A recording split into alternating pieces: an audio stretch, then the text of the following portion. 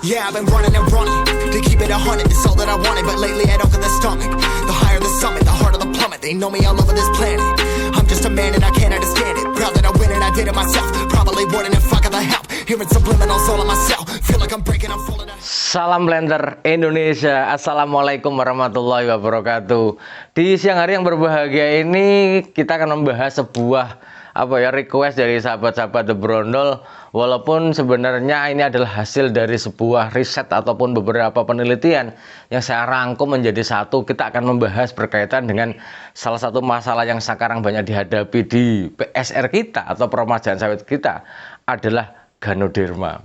Ganoderma ini adalah sebenarnya sebuah kondisi ataupun sebuah jamur yang menginfeksi tanaman kita yang bisa menyebabkan sampai faktor letal atau kematian pada tanaman kelapa sawit kita.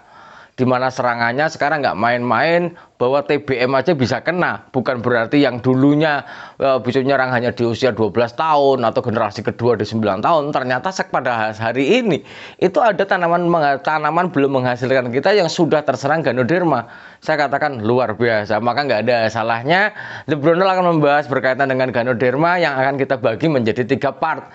Di part pertama kita akan membahas tentang penyebab, serangan, pentingnya, dan gejalanya apa sih yang nanti harus kita antisipasi oleh para petani dan para planter semuanya, sehingga bahwa bagaimanapun bahwa Ganoderma adalah sebuah masalah yang serius bagi kita sebagai seorang petani kelapa sawit, karena Ganoderma ini mampu mengurangi populasi yang ada di tanaman kita. Kalau mati ya populasinya hilang. Populasi yang hilang sama dengan produksi tanaman yang pasti akan berkurang. Maka Ganoderma adalah suatu hal yang sangat penting untuk kita pahami bersama-sama. Yang pertama adalah Ganoderma, bahwa Ganoderma adalah sebenarnya genus saja, jenis dari sebuah jamur, di mana sebenarnya Ganoderma yang ada di dunia ini banyak sekali. Di Indonesia saja mungkin ada banyak lah. Ini di dunia ada Ganoderma aplanatum, kemudian Calceum, Kohler, Laccatum, dan Tropicum. Yang di Indonesia adalah Kohler, Laccatum, dan Tropicum. Ini banyak di Indonesia. Ini dari bukunya Turner tentang palm oil disease and disorder, bahwa ini paling banyak di Indonesia adalah ini. Dan satu lagi yang paling banyak ya jelas adalah Ganoderma boninense itu sendiri. Kemudian bahwa Ganoderma dikenal namanya menjadi penyakit kelapa sawit atau yang dikenal dengan namanya busuk pangkal batang atau basal stem rot. Nah, ini menyebabkan basal stem rot atau pembusukan pangkal batang tanaman kelapa sawit yang menyebabkan kematian. Lah, di masalah utama PSR, kenapa kok menyinggung PSR? Karena bahwa di peremajaan sawit rakyat ini adalah bagaimana kelapa sawit sudah turun-temurun dari generasi 1 turun menjadi generasi 2. Misalnya generasi pertama baru kita nanam, kemudian kita replanting, kemudian nanti tanam lagi, berarti generasi kedua potong lagi, tanam lagi di generasi 3. Karena bahwa pada semakin panjang generasi, maka kemungkinan terserang Ganoderma adalah semakin besar. Sekali lagi, jika semakin tua generasi atau berkali-kali, maka kemungkinan terserang oleh Ganoderma adalah sangat tinggi sekali. Nah, karena masalah PSR sebenarnya bukan Ganoderma saja, masalah ulat api, ulat kantong, kemudian masalah kumbang tanduk itu menjadi masalah utama, tapi Ganoderma juga tidak bisa lepas. Di mana bahwa peningkatan Ganoderma, masalah PSR adalah peningkatan Ganoderma adalah meningkat seiring generasi. Di sebuah literatur seminar adalah disebutkan bahwa peningkatan Ganoderma itu adalah meningkat sesuai dengan generasi. Pada generasi pertama ditemukan pada kasus yang pertama adalah di usia 14 tahun. Generasi kedua ditemukan pertama di 9 tahun. Di generasi ketiga ditemukan adalah 3,5 tahun. Dan paling fatal lagi adalah generasi keempat 2 tahun sudah bisa ditemukan. Artinya di tanaman belum menghasilkan sudah ditemukan. Hal ini sangat penting bagi kita semuanya. Apalagi di daerah Sumatera Utara yang penanamnya dari zaman kolonial yang sampai sekarang sudah mungkin generasi keempat. Maka hal ini sangat penting untuk dipahami.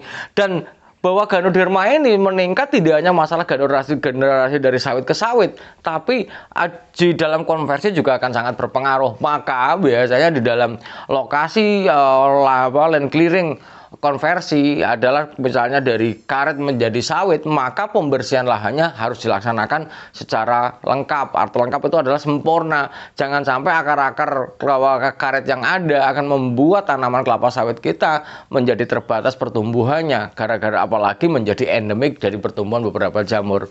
Walaupun sebenarnya bahwa Ganoderma ini muncul akibat kenapa sih Pak Pendi Ganoderma ini kok muncul ya? Nah, Sebenarnya Ganoderma ini yang bisa saling bisa tertutupi ketika tanaman itu memiliki soil health ataupun kesehatan tanah yang cukup mumpuni. Maka sebenarnya penggunaan pupuk, penggunaan herbisida yang kelebihan, maka di dalam mindset kita sebagai seorang petani, janganlah berpikir bahwa gimana how to make high produce itu.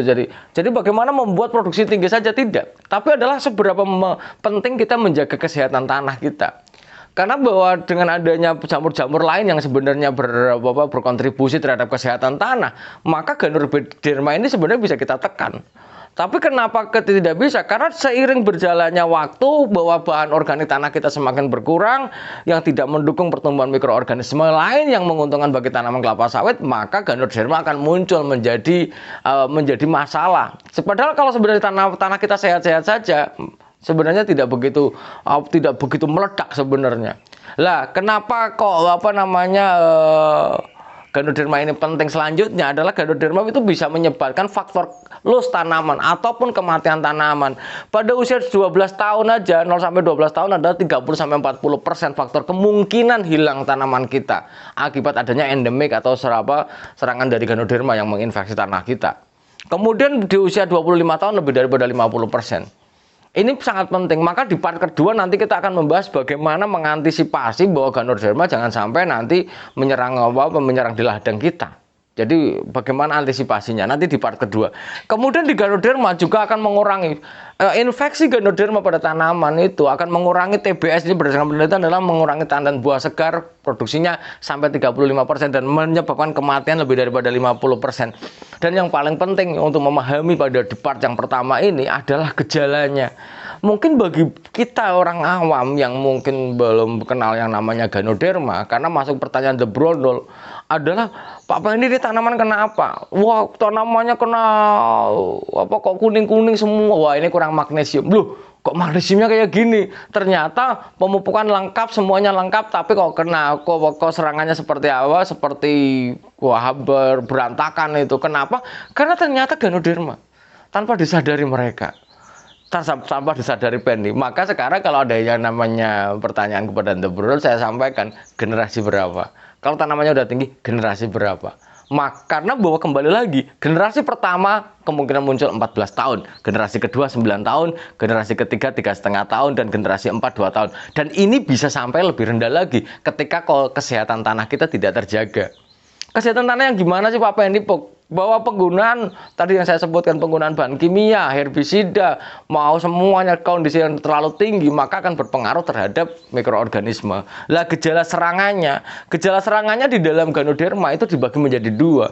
Ada USR, upper stem root, atau serangan menyerang bagian atas, pucuknya tuh patah.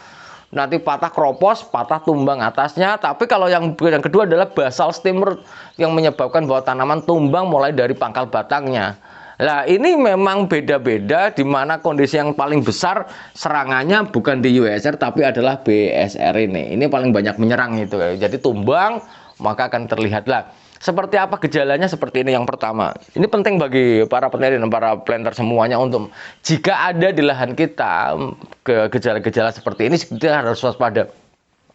Yang pertama adalah kesehatan tanaman menurun. Kesehatan tanaman menurun seperti apa Pak Pendy? Bahwa terjadinya meranggasnya, terjadi tanaman kita itu padahal pemupukannya rutin, NPK, MG semuanya rutin, kok daunnya menguning, hampir banyak menguning itu secara merata.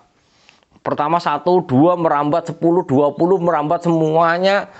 Dan yang selanjutnya adalah kesehatan ini adalah bicara tentang pelepahnya. Kalau dia memang pelepahnya lama-lama dia meranggas turun, gejala yang kedua.